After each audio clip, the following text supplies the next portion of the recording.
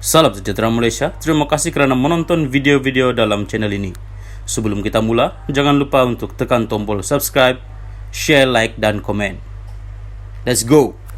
Salam sejahtera dan selamat malam kepada semua pendengar. Ada berita terkini mengenai kes 1MDB Najib Razak. Berita ini dipetik dari Malaysia Kini bertajuk Ringgit akan terjejas jika AS 600 juta keluar dari akaun Najib. Wow! Berita penuh, seorang juru bank memberi keterangan bahawa pasaran kewangan akan berubah dan nilai ringgit akan terjejas jika AS 600 juta telah dipindahkan daripada akaun Perdana Menteri Najib Razak. Ketua Pasaran Modal Perbankan Persendirian, Ambeng, Yap Wei Kiat, berkata demikian ketika memberi keterangan lisan dalam perbicaraan rasuah 1MDB berhubung penyelewengan RM2.28 bilion ringgit membabitkan Najib petang tadi. Semasa pemeriksaan balas oleh Peguam Wan Aizuddin Wan Mohamid, saksi pendakwaan ke-38 itu menjelaskan atas sebab itu akaun tertuduh yang berakhir dengan 694 dengan bank komersial itu mewujudkan kod nama Mr. Banking Arm Private dan bukannya namanya. Peguam itu mahu tahu mengapa walaupun nama kod diberikan tetapi Yap masih boleh memberi keterangan bahawa akaun bank itu adalah milik Najib.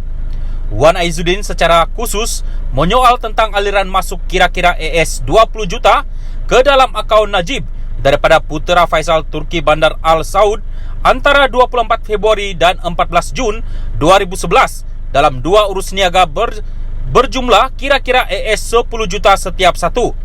Yap menjelaskan bahawa pengurus perhubungan Ambeng ketika itu, Joanna Yu telah memberitahu Yap bahawa dia mewujudkan nama itu kerana tertuduh ketika itu adalah individu yang terdedah secara politik.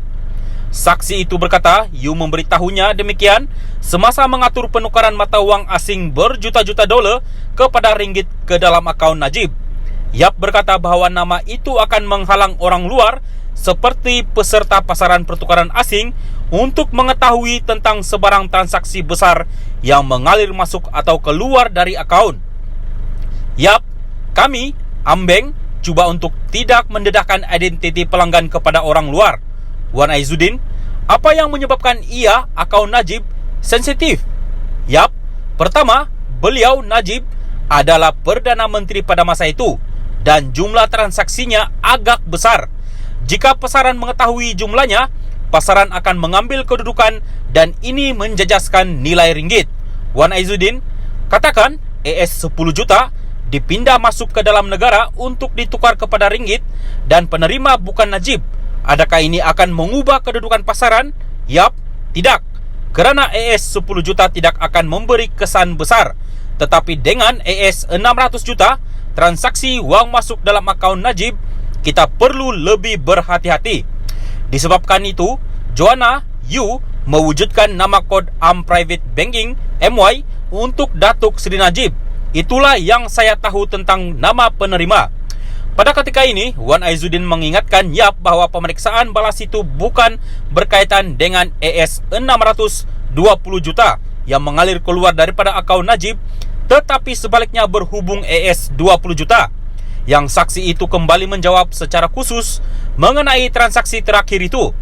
Prosiding di hadapan hakim perbicaraan, Colin Lawrence Square bersambung petang ini serta Isnin minggu depan. Pada 2016, Peguam Negara ketika itu, Mohamid Afendi Ali, membersihkan Najib daripada sebarang salah laku dalam urusan 1MDB dengan mendakwa Najib menerima sumbangan AS 681 juta bersamaan RM2.08 bilion ringgit daripada kerabat Arab dan telah memulangkan AS 620 juta wang derma itu. Sebelum ini, semasa perbicaraan rasuah 1MDB, pengurus cawangan Ambeng Jalan Raja Chulan, Aruma Devi, memberi keterangan bahawa RM2.08 bilion masuk ke akaun Najib yang berakhir dengan 694 dalam 9 peringkat antara Mac dan April 2013 dan RM2.03 bilion mengalir melalui 5 transaksi antara 2 Ogos dan 23 Ogos tahun itu. Najib dibicarakan atas 4 pertuduhan salah guna kuasa, dan 21 pertuduhan pengubahan wang haram membabitkan Rm2.28 bilion daripada 1MDB. Berhubung 4 pertuduhan salah guna kuasa, ahli Parlimen Pekan itu didakwa melakukan kesalahan berkenaan di Am Islamic Bank Berhad cawangan Jalan Raja Chulan di Bukit Kelon, Kuala Lumpur antara 24 Februari 2011 dan 19 Disember 2014. Bagi 21 pertuduhan pengubahan wang haram, Najib dikatakan melakukan kesalahan itu di bank yang sama antara 22 Mac 2013 dan 30 Ogos 2013. Dalam kenyataan pembukaan pendakwaan pada awal perbicaraan pada 28 Ogos 2019, Timbalan Ketua Pendakwa Raya Gopal Sri Ram berhujah bahawa jenayah itu didakwa dilakukan melalui 4 fasa bermula dari 2011 hingga 2014. Pendakwa berhujah bahawa 9 pertuduhan pengubahan wang haram yang pertama berkaitan dengan dakwaan menerima 2.08 bilion yang menjadi perkara pertuduhan ketiga yang dipindah dan wang itu dikatakan jatuh ke dalam akaun tertuduh yang berakhir dengan nombor 694 dengan Am Islamic Bank. Pihak pendakwaan mendakwa antara 2 Ogos 2013 dan 23 Ogos 2013 tertuduh memindahkan sejumlah Rm2.03 bilion ringgit kepada Tenora Singapura. Pendakwa raya mendakwa pada masa yang sama tertuduh telah menggunakan baki Rm22 juta untuk membayar 4 entiti dan seorang individu. Semua bayaran ini dikatakan memberi manfaat kepada tertuduh. Mereka juga berhujah bahawa Najib menerima AS 20 juta daripada dana 1MDB daripada putera Faisal melalui 2 bahagian bernilai AS 10 juta setiap satu.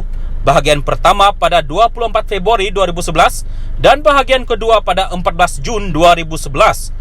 Pihak pendakwaan berhujah bahawa salah laku di 1MDB dilakukan oleh ahli perniagaan buruan Lotek Jo atau Jolo dan beberapa yang lain dengan restu Najib.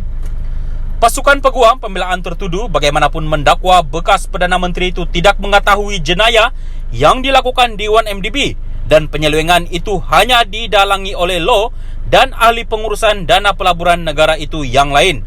Umar Devi juga sebelum ini memberi keterangan dalam perbicaraan jenayah berasingan terhadap Najib membabitkan dana Rm42 juta SRC International Sendirian Berhad bekas anak syarikat 1MDB. Kedua-dua 1MDB dan SRC dimiliki sepenuhnya oleh Menteri Kewangan diperbadankan MOF Inc. Najib juga pernah menjadi penasihat emeritus kepada SRC International.